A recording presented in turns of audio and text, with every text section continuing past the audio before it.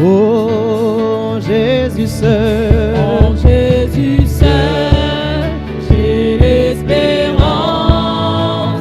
Il est ma lumière et ma force, pierre angulaire, mon fondement.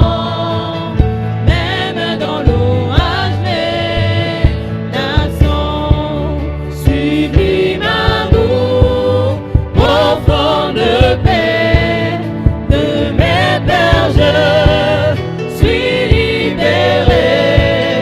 Mon réconfort, il est mon tout. Dans son amour, je tiens debout.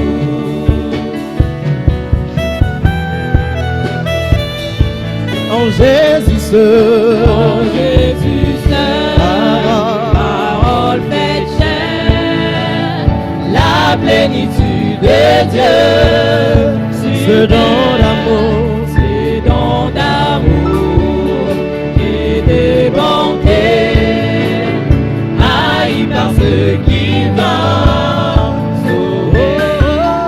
Sur la croix, Jésus-Christ est mort pour laisser Dieu prendre nos torts.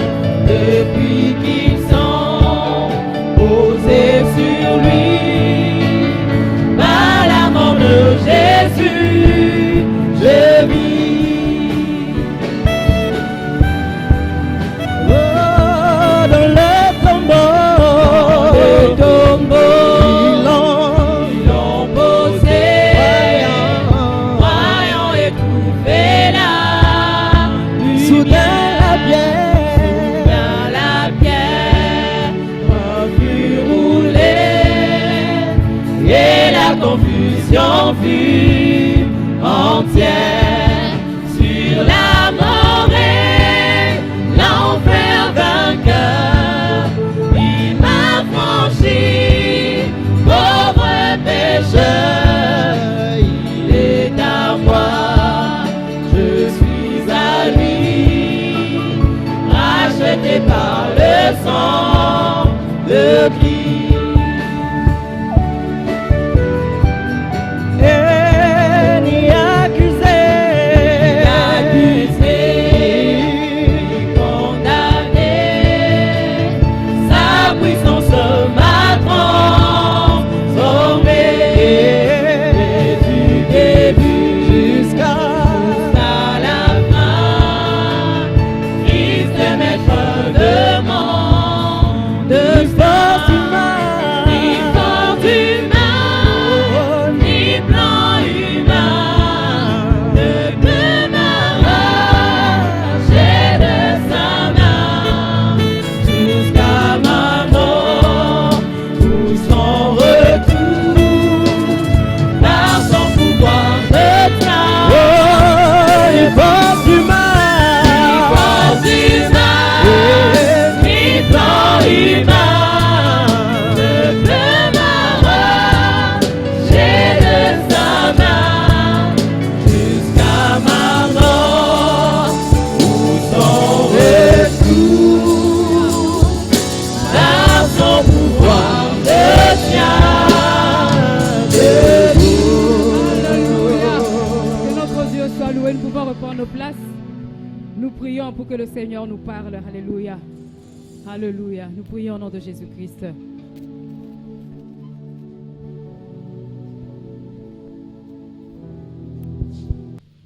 Exceptionnellement, je présente le prédicateur. Amen. On ne le fait pas souvent. Je le fais aujourd'hui. Aujourd'hui, nous avons la grâce d'écouter le message de la part de son serviteur, le pasteur Gervais Mpoyo. Nous le connaissons. Ok, il va se mettre devant. Ok. Nous le connaissons. Ok, nous les saluons ensemble. Vous allez dire non, pourquoi le pasteur veut le présenter? Et pourtant, nous le connaissons très bien. Pasteur, tu peux avancer ici. Je vais le présenter parce que j'ai été surpris pendant le temps que j'ai passé mon congé dernièrement. Dieu nous a donné ce poste, c'est pour que nous puissions aussi montrer à la face du monde qu'on peut être un trésorier sans chipoter. Parce que ce sont des postes souvent... J'ai reçu même la visite d'un banquier qui est venu rapidement, me demandait que j'ouvre un compte dans leur banque. Moi, j'ai dit, bon, j'en ai déjà dans 2 banques. Il dit, non, oubliez la mauvaise mentalité de penser qu'un trésorier, c'est quelqu'un qui est millionnaire, parce qu'il gère l'argent d'autrui. Comment est-ce qu'il peut devenir millionnaire, à moins qu'il vole, à moins qu'il chipote? Mais nous sommes venus pour témoigner que c'est possible d'occuper certains postes et être intègre. C'est possible. C'est possible. Je crois que c'est tout un défi que le Seigneur est en train de lancer aux gens du monde. Que Dieu soit glorifié. Je vous bénis également de m'avoir accepté ce matin afin que nous partageons la parole de Dieu. Et la parole que nous allons partager, nous allons tirer ça de ce texte de la parole. Jean 3, versets 16 et 17 et 1 Jean 3, 16a.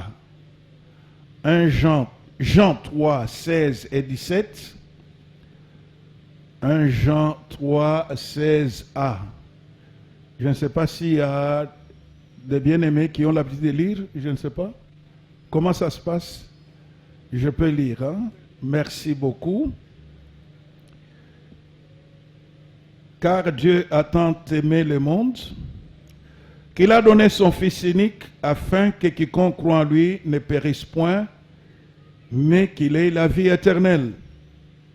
Dieu, en effet, n'a pas envoyé son Fils dans le monde pour qu'il juge le monde, mais pour que le monde soit sauvé par lui. 1 Jean chapitre 3, verset 16a.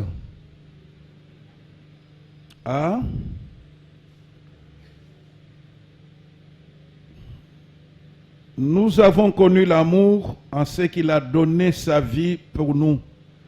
Nous avons connu l'amour en ce qu'il a donné sa vie pour nous.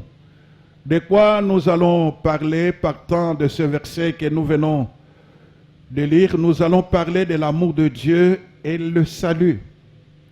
L'amour de Dieu et le salut. Nous parlons du salut. Et je crois que nous tous qui sommes ici, nous sommes déjà sauvés. S'il y en a qui ne le sont pas encore, ils vont saisir cette opportunité que le Saint-Esprit leur donne afin qu'ils ouvrent leur cœur au Seigneur, qu'ils reçoivent également le salut par Jésus-Christ. Il n'y a pas de salut par Dieu sans amour. Ce qui a motivé Dieu notre Père à sauver l'humanité ou à envoyer Jésus-Christ afin que l'humanité pécheresse soit sauvée par lui, c'est l'amour. Cet amour que Dieu avait pour l'humanité, cet amour que Dieu avait et encore pour l'homme qui a connu la déchéance depuis le jardin d'Éden, c'est motivé par l'amour que Dieu a envoyé Jésus-Christ. Parce que la parole de Dieu le dit dans Romains chapitre 4, 3. Romains chapitre 3, versets 23 et 24. La parole de Dieu dit ceci. Romains 3, 23 et 24. Car tous ont péché et sont privés de la gloire de Dieu. Et ils sont gratuitement justifiés par sa grâce, par les moyens de la rédemption qui est en Jésus-Christ. Je reprends. Car tous ont péché et sont privés de la gloire de Dieu, et ils sont gratuitement justifiés par sa grâce, par les moyens de la rédemption qui est en Jésus-Christ. C'était motivé par l'amour. L'amour pour moi, l'amour pour toi, Et même l'amour pour tous ceux-là, pendant que nous sommes ici, sont en train peut-être de boire, de s'enivrer, sont en train de commettre l'adultère, sont en train de voler. L'amour même pour tous ceux, pendant ce temps, sont en train de tuer, sont en train de violer. C'est poussé par cet amour que finalement Dieu a envoyé Jésus-Christ. Jésus-Christ qui est le prix qui devait être payé. Et cet amour, sa valeur, je dirais que la valeur de cet amour de Dieu est confirmée par la hauteur de ce prix qui a été payé. Ce n'est pas l'argent que Dieu a utilisé pour le salut de l'humanité. Ce n'est pas l'or que Dieu a utilisé pour le salut de l'humanité, mais il a utilisé la vie de son Fils. Son unique Fils, celui-là pour lequel il avait déclaré au jour de son baptême, « Celui-ci est mon Fils bien-aimé, en qui j'ai mis mon affection. » Le prix a été fort. Le prix devait être à la hauteur de cet amour. Un amour sans réserve tel que l'apôtre Paul nous le dit dans 1 Corinthiens 6. 1 Corinthiens 6, c'est le verset 20. « Car vous avez été rachetés à un grand prix. » La partie A. Vous avez été rachetés à un grand prix. C'est un amour dont le prix est inestimable. Le prix d'un fils unique. Le prix d'un agneau sans défaut. D'un homme qui n'avait jamais commis de péché. À savoir Jésus-Christ, c'est le prix que Dieu a payé pour le salut de l'humanité. Voilà le prix que Dieu a payé pour que vous et moi aujourd'hui, nous puissions être réconciliés avec le Père. Donc c'est motivé par l'amour que Dieu a planifié le salut de l'humanité.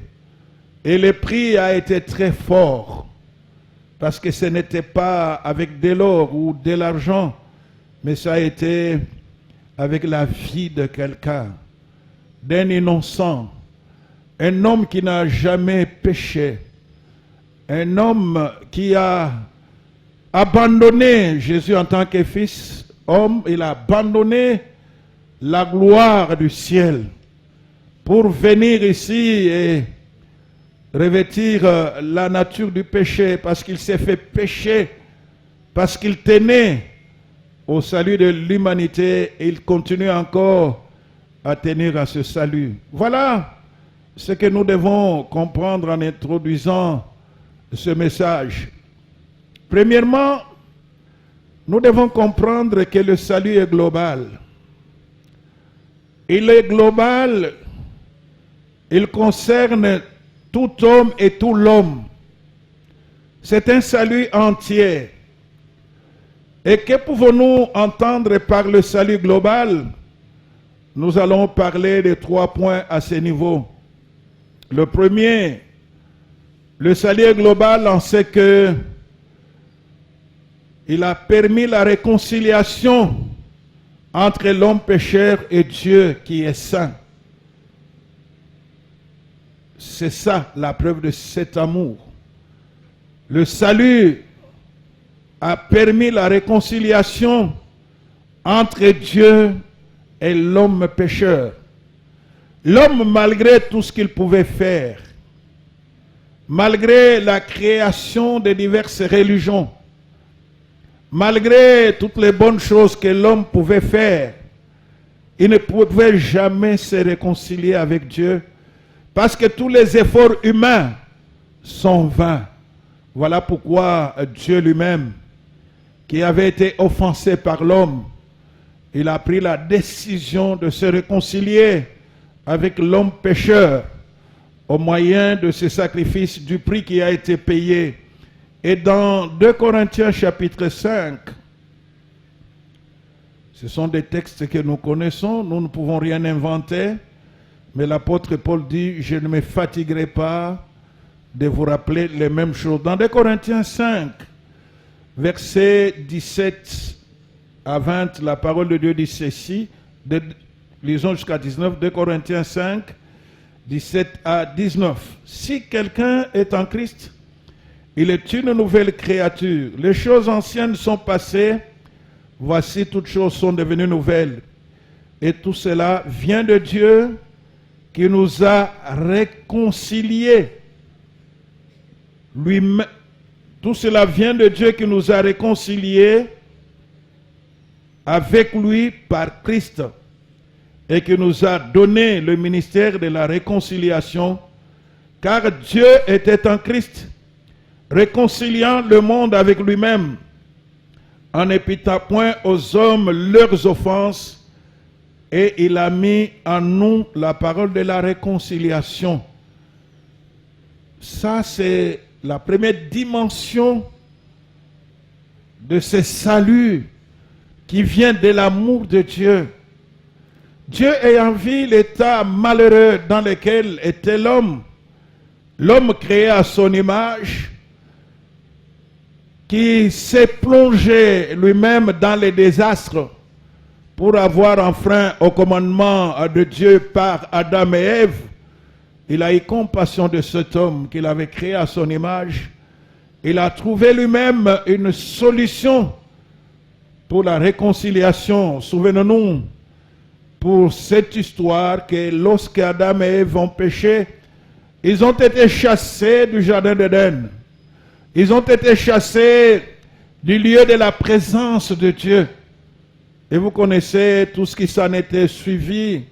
C'était la catastrophe. C'était le désastre dans la vie de l'homme. Mais Dieu, le Père, rempli de cet amour pour l'homme qu'il avait créé à son image, il est venu lui-même le chercher. Il est venu lui-même faire la paix avec cet homme. Il est descendu sous une forme humaine, Jésus-Christ, Emmanuel, Dieu parmi nous. Il est venu nous réconcilier. Autrement dit, Jésus constitue le pont qui a été jeté par le Père sur le fossé qui séparait le Dieu saint avec l'homme pécheur.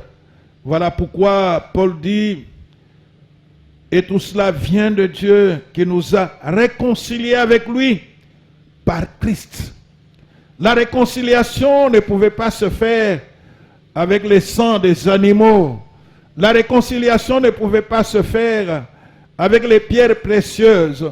La réconciliation ne pouvait pas se faire à cause des œuvres humaines. La réconciliation ne pouvait se faire que par Jésus. Et Jésus seul, qui est le pont qui a été jeté sur le fossé qui nous séparait avec Dieu Saint. Quel amour bien-aimé!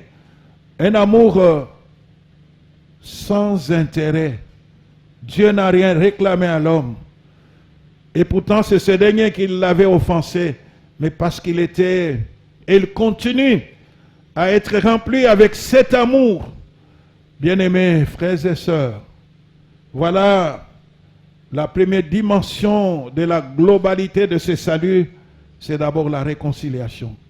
Si jamais parmi nous, ce matin, il y a quelqu'un, bien qu'il fréquente l'assemblée, mais il ne s'est jamais réconcilié avec Dieu, voilà l'opportunité qui lui est donnée ce matin de saisir cette grâce et de revenir vers le Seigneur comme cet enfant prodigue qui s'est rendu compte qu'il était dans l'erreur. Il s'est arrêté un moment, il s'est détourné de la mauvaise voie sur laquelle il était pour entrer vers le Père. Si quelqu'un ce matin se trouve dans cette condition, fréquenter une assemblée chrétienne, ce n'est pas ça le salut.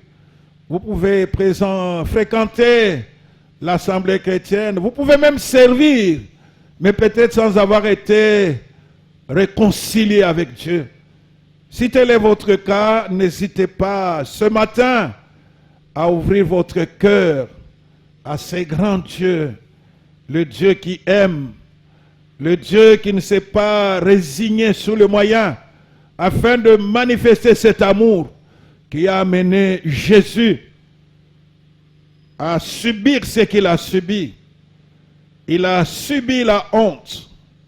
Il a été déshabillé. Lui, le roi des rois, au lieu de la couronne royale, on a mis sur sa tête une couronne d'épines. Parce que c'est l'amour de son père qui était en train d'exploser au travers de lui. Qu'est-ce qu'il n'a pas enduré? On a craché sur lui. Il a été flagellé. Lui juste. Il a été crucifié. Lui juste. On s'est moqué de lui. Il s'est tué comme une brebis muette qu'on amène à la boucherie, qu'on amène à être tondu. Il s'est tué parce que il était rempli de cet amour pour l'humanité pécheresse. Donc la première dimension, c'est la réconciliation avec Dieu. La deuxième dimension de ce salut, qui est globale, c'est cette nouvelle identité que nous recevons. Non seulement que nos péchés sont lavés, non seulement que nous sommes réconciliés avec le Père au moyen de Christ, nous recevons une nouvelle identité qui nous est donnée ici par l'apôtre Jean dans sa première épître au chapitre 3 et le premier verset. Écoutons ce que l'apôtre Jean nous dit. Voyez quel amour le Père nous a témoigné pour que nous soyons appelés enfants de Dieu. Et nous le sommes. Si le monde ne nous connaît pas, c'est qu'il ne l'a pas connu. L'apôtre Jean dit, voyez quel amour le Père nous a témoigné.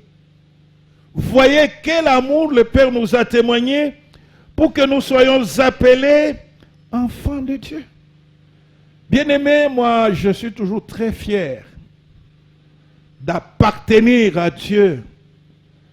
Je ne me gêne pas de le proclamer. C'est une appartenance glorieuse. Cet amour du Père qui a conduit Jésus à mourir pour nous, nous a donné l'identité d'enfant. Bien-aimés frères et sœurs, il se fait malheureusement qu'il y a beaucoup de chrétiens qui ne vivent pas comme les enfants de Dieu. Être enfant de Dieu n'est pas lié au bien de ce monde. Cette identité n'a rien à voir avec les richesses de ce monde. Cette identité n'a rien à voir avec notre intelligence, avec notre instruction. C'est une identité qui vient de l'amour du Père. Et c'est l'identité pour les pauvres, pour les ignorants, pour les savants, pour les domestiques, pour les patrons. C'est la même identité. Et ça, c'est formidable. Bien-aimés, quelle que soit votre condition sociale, ne soyez jamais complexés devant qui que ce soit. Vous êtes enfant du Père. Pas n'importe quel Père.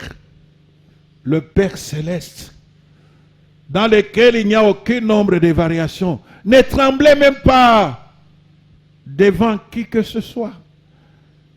Je vais vous dire que mon directeur financier qui m'avait proposé à ce poste de trésorier, il n'est pas chrétien. Il est du message de Graal. Il est du message de Graal, mais le Saint-Esprit lui a parlé. Parce que je suis enfant de Dieu. C'est Dieu qui gère ma vie dans n'importe quel domaine, quelle que soit la condition sociale. Ne vous minimisez pas.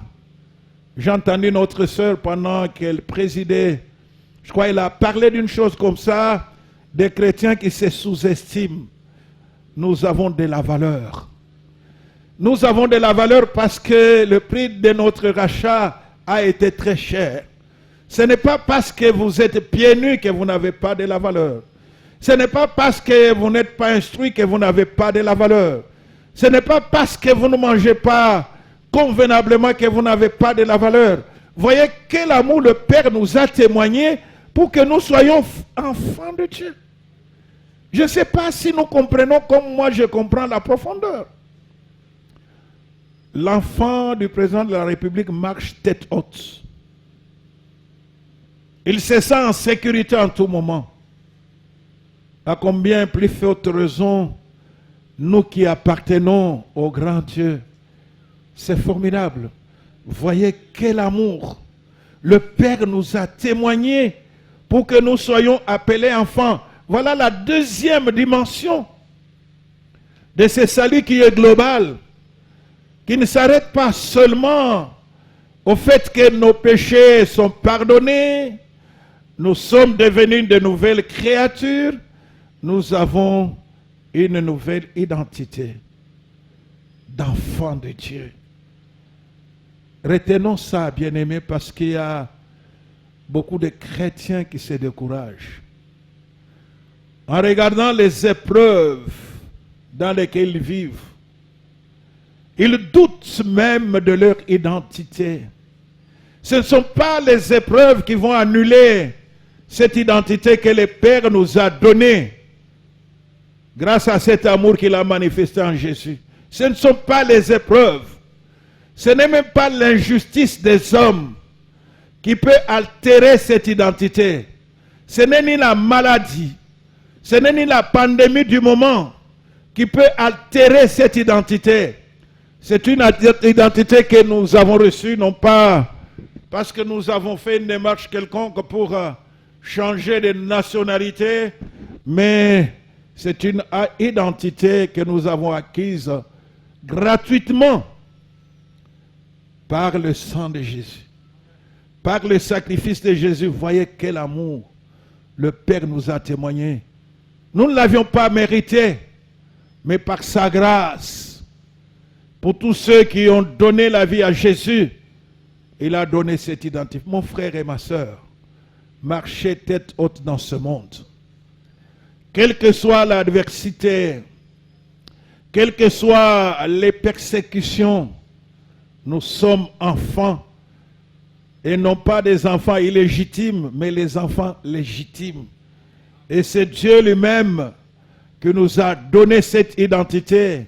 Nous ne l'avons pas achetée. Nous ne sommes pas allés devant un tribunal. Il ne nous a pas été demandé de constituer un dossier. Il y en a même qui acquièrent des nationalités étrangères avec des mensonges dans le dossier. Mais nous, c'est authentique. Authentique par le sang de Jésus. Ça, c'est la deuxième dimension de ce salut global qui nous introduit vraiment dans la famille de Dieu. Nous sommes enfants de Dieu. Nous ne sommes pas les enfants du dehors. Nous sommes les enfants de la maison. Et la troisième dimension de ce salut global, c'est que nous pouvons tout recevoir de notre Dieu. Et le tout là que nous pouvons recevoir, c'est ce qui est conforme à sa volonté. Dans Romains chapitre 8 et le verset 32,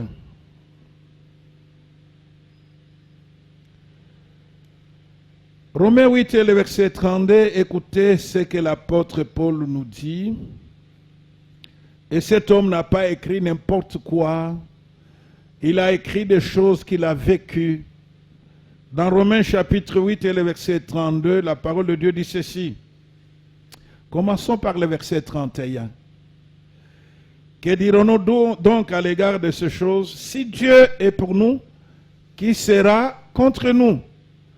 Lui qui n'a pas épargné son propre fils, mais qui l'a livré pour nous tous, comment ne nous donnera-t-il pas aussi toutes choses avec lui?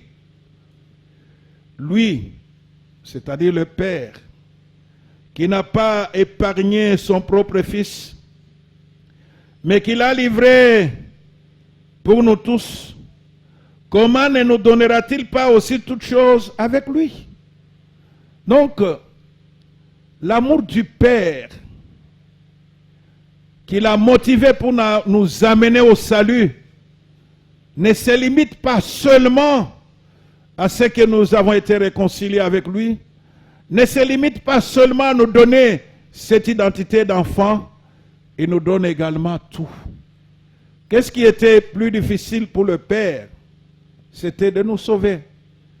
Maintenant qu'il nous a sauvés, maintenant qu'il a payé le prix, comment ne peut-il pas nous donner toutes choses avec lui?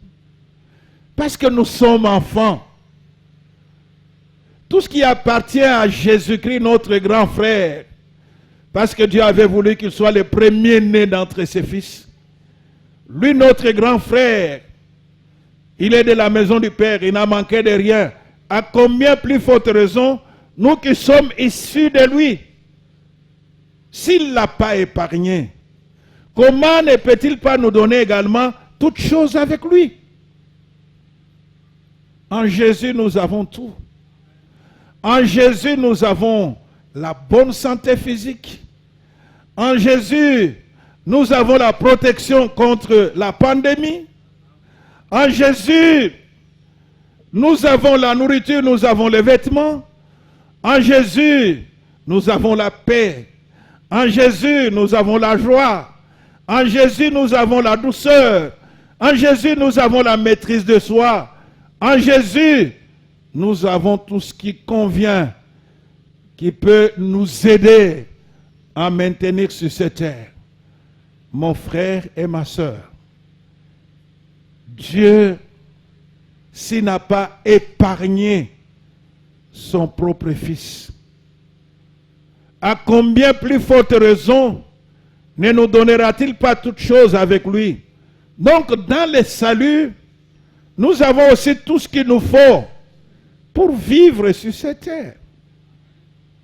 Bien-aimés frères et sœurs, je sais qu'il y a des chrétiens qui sont découragés. Je sais qu'il y a des diplômés de l'université qui sont découragés, abattus, qui se posent beaucoup de questions pour savoir si vraiment un jour ils peuvent trouver un travail. Moi, je dis, en Jésus, tout est possible. Vous n'avez pas besoin d'une recommandation humaine. Lorsque Dieu lui-même vous recommande, les portes s'ouvrent.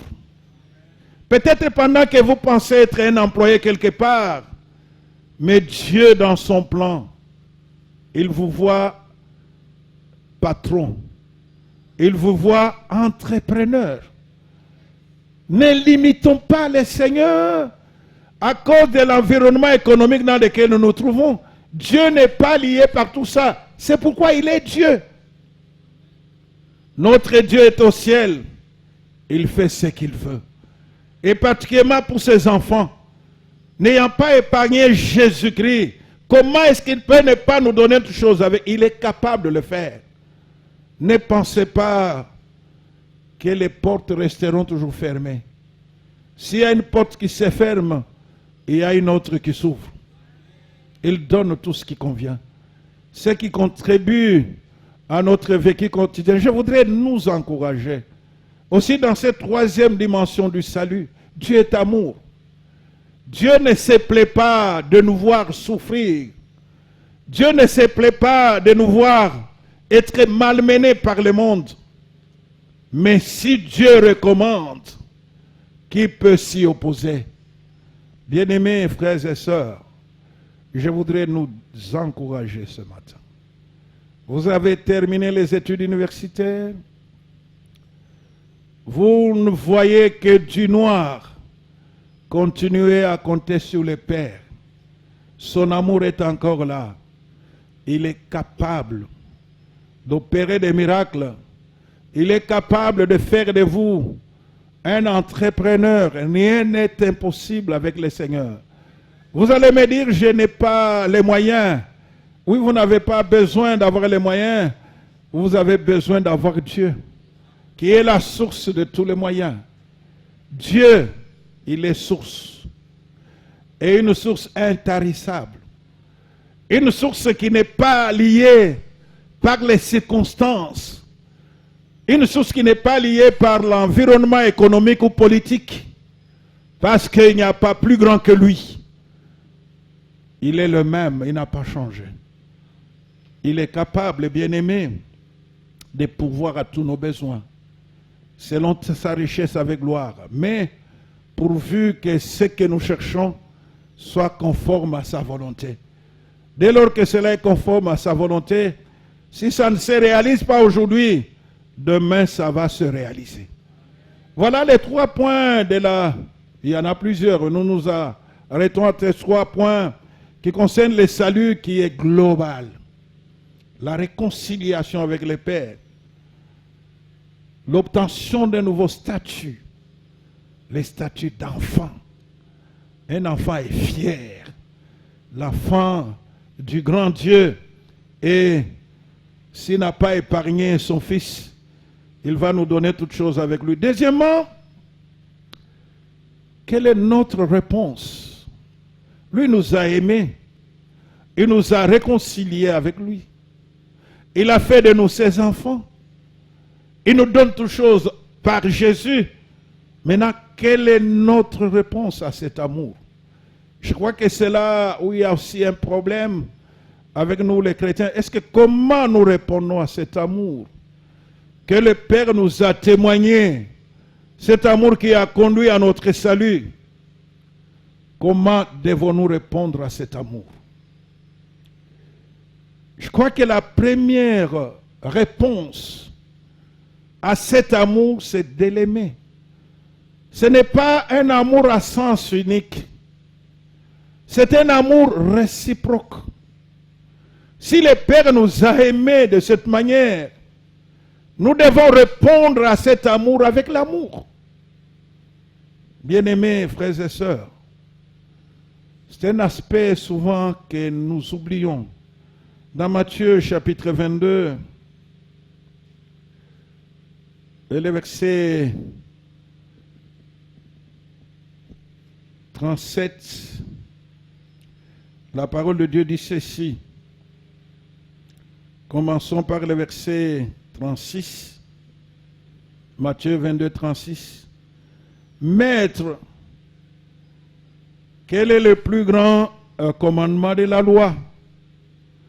Jésus lui répondit, tu aimeras le Seigneur ton Dieu de tout ton cœur, de toute ton âme et de toute ta pensée. Voilà l'une des réponses que Dieu attend de nous à son amour. L'aimer de tout notre cœur. L'aimer de toute notre âme. L'aimer de toute notre pensée, aérondée de toute notre force. Quel est le degré de mon amour pour Dieu? Quelle est la réponse que je lui réserve? Au regard de ce prix qui a été payé pour que je devienne aujourd'hui enfant de Dieu. Quelle est ma réponse à cet amour? La première réponse à cet amour, c'est de l'aimer. L'aimer sans condition. L'aimer tout simplement parce qu'il est Père. L'aimer tout simplement parce qu'il m'a sauvé. Je n'aime pas Dieu parce qu'il m'a donné à manger. Je n'aime pas Dieu parce qu'il m'a aidé à être promu. Je n'aime pas Dieu parce qu'il m'a donné la bonne santé. Je l'aime parce qu'il est mon Père. Que j'ai reçu ou non, que j'ai mangé ou non, que je sois vêtu ou non, que je sois promu ou non, je me dois de l'aimer. Parce que ce qui est important, comme l'apôtre Paul dit, le royaume de Dieu, ce n'est ni les manger ni les boire, mais c'est la paix, la justice, la joie par le Saint-Esprit. Le royaume de Dieu, le salut que Dieu nous donne, c'est au-delà des vêtements, c'est au-delà des biens de ce monde. C'est cette éternité, cette vie éternelle qui nous a été donnée, qui est le couronnement même de notre salut. Notre réponse à cet amour, c'est par l'amour. Est-ce que vraiment j'aime Dieu de tout mon cœur, Est-ce que j'aime Dieu de toute ma pensée? Est-ce que j'aime Dieu de toute mon âme? Ou j'aime Dieu d'une façon seulement désintéressée? Je l'aime parce qu'il me protège contre les sorciers. Je l'aime parce que il me bénit matériellement. Mais le jour où je vais perdre ce matériel, est-ce que je vais continuer à l'aimer? Jésus-Christ, le Seigneur qui est notre modèle, a continué à être attaché à son Père. Malgré tout ce qu'il a enduré, il est resté attaché à son Père. Comme je venais de le dire en introduction, qu'est-ce qu'il n'a pas subi? Il a subi une humiliation qu'il ne méritait pas, mais il est resté attaché à son Père. Bien-aimé, voilà la réponse. C'est manifester notre amour. Celui qui aime Dieu, il est enfant et il ne marche pas de n'importe quelle manière. L'apôtre Jean dit, si quelqu'un dit qu'il demeure en lui, il doit marcher aussi comme lui-même a marché. Il est le modèle d'enfant. Il est le modèle d'amour. Combien n'ont-ils pas déjà haï même Dieu dans leur cœur lorsqu'ils regardent la souffrance par laquelle ils traversent? Bien-aimés, voilà la première réponse que nous devons réserver à l'amour de Dieu. Dans 1 Corinthiens chapitre 6, je voudrais y revenir. Il y a un élément important. 1 Corinthiens 6 et le verset 20, la partie, relisons tous les versets. 1 Corinthiens 6, 20. Car vous avez été rachetés à un grand prix. Glorifiez donc Dieu dans votre cœur et dans votre esprit qui appartiennent à Dieu. Mon amour pour Dieu doit être palpable, visible. Donc, glorifiez donc Dieu dans votre corps et dans votre esprit qui appartiennent à Dieu. Tout mon être doit rendre gloire à Dieu. Je ne ferai pas de mes membres les membres d'iniquité. Je n'entretiendrai pas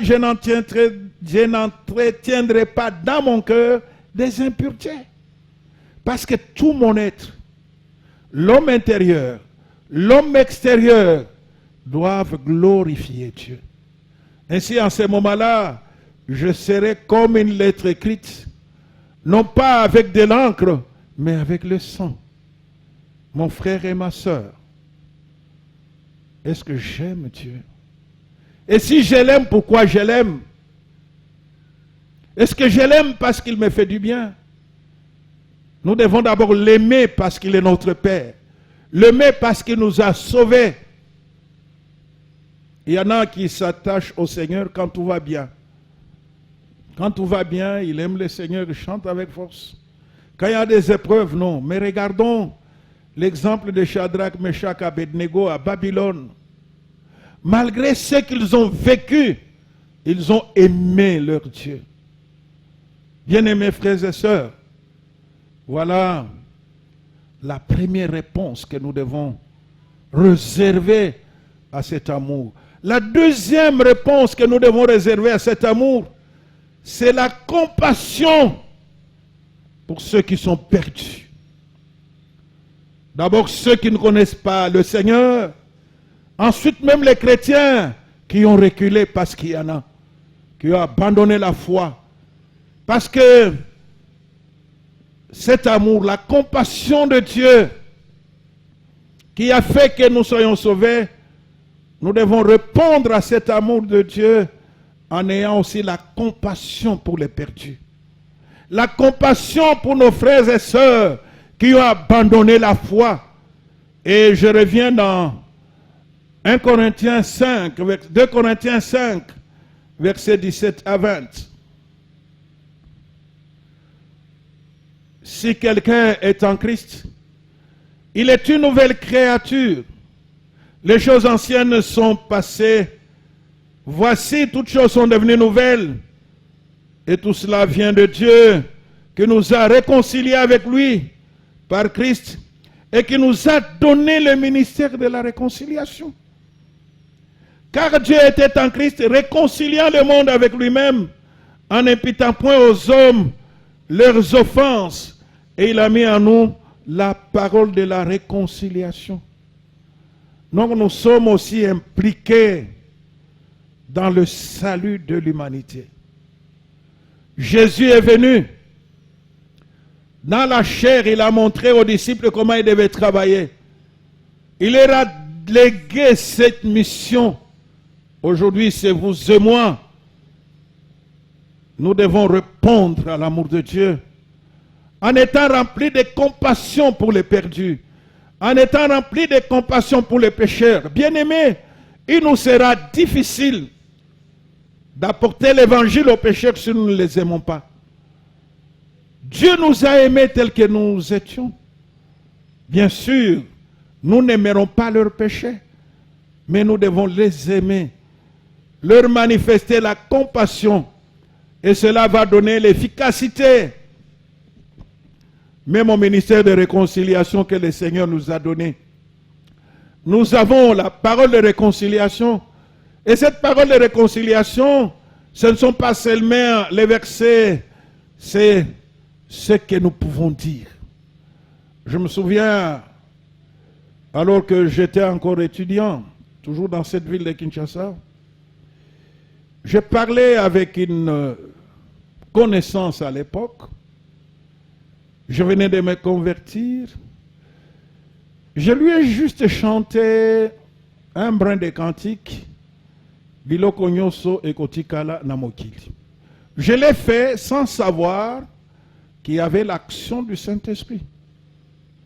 Et ce brin de cantique a continué à retentir dans son cœur jusqu'au jour où elle a pris la décision de recevoir Christ dans sa vie. Donc, bien-aimés, nous avons reçu le ministère de la réconciliation. Autrement dit, la deuxième réponse à l'amour de Dieu qui nous a apporté le salut, c'est de chercher ceux qui sont perdus. Être rempli de compassion pour tous ces pécheurs. Il s'est fait malheureusement, bien-aimés, au lieu d'être rempli de cette compassion, nous nous moquons d'eux. Nous les critiquons. Nous fermons la porte en ce moment-là à l'évangile. Ils ont besoin de sentir cet amour de Dieu. Et cet amour de Dieu aujourd'hui, c'est au travers de nous qui avons Christ au-dedans de nous, qui avons le Saint-Esprit. N'est-ce pas, nous nous souviendrons le dernier jour, le grand jour de la fête, Jésus se tenant debout, il dit que celui qui a soif, qu'il vienne et qu'il boive. Et des fleuves d'eau vive couleront de son sein, comme dit l'Écriture. Il disait cela du Saint-Esprit que devait recevoir ceux qui croiraient en lui. Ces fleuves d'eau qui coulent, c'est l'amour de Dieu qui doit couler de nous vers ce païen, vers ce mari incrédule que vous avez, vers ces enfants incrédules que vous avez, vers les collègues de travail, vers les amis, les collègues de nos milieux scolaires ou estudiantins. Ils ont besoin de voir le flot d'amour. Parce que la parole de Dieu dit dans Romains 5,5, car l'amour de Dieu a été répandu dans nos cœurs par le Saint-Esprit qui nous a été donné. Or, l'espérance ne trompe point, parce que l'amour de Dieu a été répandu dans nos cœurs par le Saint-Esprit qui nous a été donné. Donc, le travail du Saint-Esprit que nous avons reçu grâce à l'amour de Dieu et au salut que nous avons reçu doit faire couler cet amour vers les incrédules, cet amour vers les païens, cet amour vers nos frères et sœurs qui ont abandonné la foi. Mais quelle est notre attitude vis-à-vis de ce bien-aimé? Que le Seigneur nous remplisse avec cette compassion. Si Jésus n'était pas rempli de compassion, si le Père n'était pas rempli de compassion, qui serait sauvé? Bien-aimés, nous étions du même nombre. Nous étions des malfaiteurs comme eux. Mais l'amour de Dieu se manifestait. Et aujourd'hui, c'est au travers de chacun de nous que cet amour se manifeste. Prions pour tous ces païens avec qui nous travaillons. Prions pour nos membres de famille. Prions pour nos époux qui sont encore païens. Ne les traitons pas de démons. Si vous les traitez de démons, c'est que vous refusez leur conversion, parce que le démon ne peut jamais se convertir. Il est déjà condamné pour le fait éternel. Voilà les deux réponses à cet amour de Dieu. L'aimer et être rempli de compassion pour les pécheurs que nous devons. Il faut qu'ils réalisent cet amour.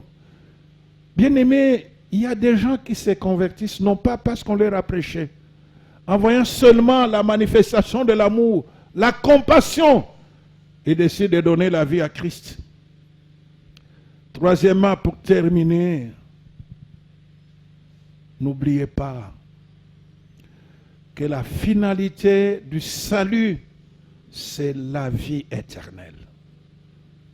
La finalité du salut n'est pas l'acquisition des richesses matérielles sur cette terre.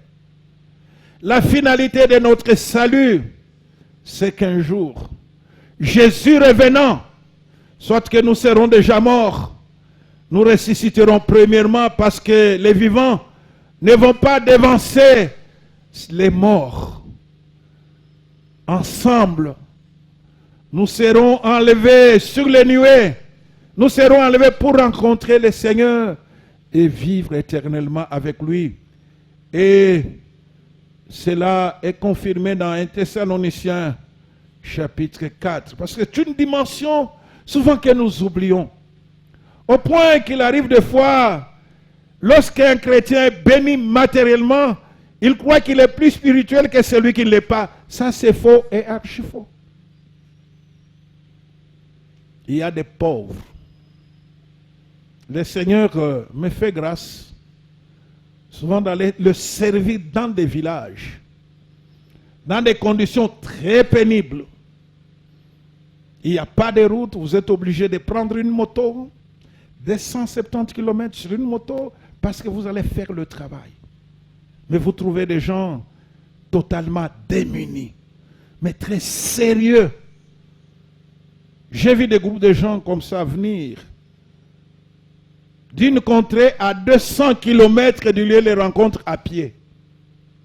Bien aimé, ça m'avait dépassé. Mais chez nous ici, quelqu'un à 3 km du lieu de culte, il ne vient pas au culte parce qu'il manque l'argent. Alors vous voyez, ces gens sont minables. Ils n'ont même pas de chaussures, ils n'ont que des babouches. Mais vous risquez de croire que vous qui venez d'un centre urbain, parce que vous êtes matériellement béni, que vous êtes plus que... Non, loin de là, bien-aimés. Enlevons ça de notre tête. Parce que la finalité du salut est que ceux qui sont pieds nus, ceux qui mangent bien, ceux qui sont dans les villages, ceux qui vivent dans des contraintes difficiles, tous, nous serons transformés et rencontrer le roi de gloire. Ça, c'est quelque chose d'extraordinaire. C'est ainsi que l'apôtre Paul, écrivant aux Thessaloniciens au chapitre 4, et le verset 17, il dit ceci. Lisons à partir du verset 16. Car le Seigneur lui-même a un signal donné, à la voix d'un archange et au son de la trompette de Dieu, descendra du ciel. Et les morts en Christ ressusciteront premièrement. Ensuite, tous les vivants qui seront restés, nous les vivants qui serons restés, nous serons tous enlevés, tous ensemble enlevés avec eux sur des nuées, à la rencontre du Seigneur dans les airs. Et ainsi, nous serons toujours avec le Seigneur. Verset 18. Consolez-vous donc les uns et les autres par ces paroles.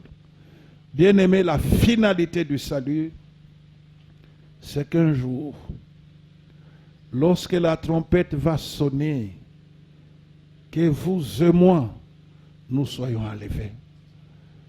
Que les richesses de ce monde ne nous distraient pas. Voilà pourquoi la parole exhorte. Lorsque les richesses s'accroissent, n'y attachez pas votre cœur. Que la pauvreté ne nous fasse pas rater le ciel. Que les épreuves ne nous fassent pas rater le ciel. Que l'injustice ne nous fasse pas rater du ciel. Le ciel. Parce que la finalité du salut, le couronnement de notre salut, c'est que Jésus revenant, que nous soyons enlevés et vivre éternellement. Que ces paroles nous consolent. Parce que là, notre joie sera parfaite. Bien-aimés, voilà ce que le Saint-Esprit a voulu nous partager ce matin. Et pour y parvenir, nous avons besoin à chaque seconde d'être remplis du Saint-Esprit. Pour faire face à tout ce que nous vivons sur cette terre, où il y a beaucoup de pression, que rien ne nous fasse rater. Les premiers disciples ont travaillé avec cet esprit. Voilà pourquoi un homme comme Étienne, même pendant qu'on l'a lapidé, il n'a pas murmuré. Il a dit, Seigneur, pardonne-leur parce qu'ils ne savent pas ce qu'ils font. Parce qu'ils voyaient l'éternité. Voilà pourquoi Paul dit, si c'est dans cette monde, si c'est dans cette vie seulement que nous espérons en Christ, nous sommes le plus malheureux de tous les hommes. Nous espérons en Christ parce qu'un jour, nous allons vivre éternellement avec lui. Que Dieu vous bénisse.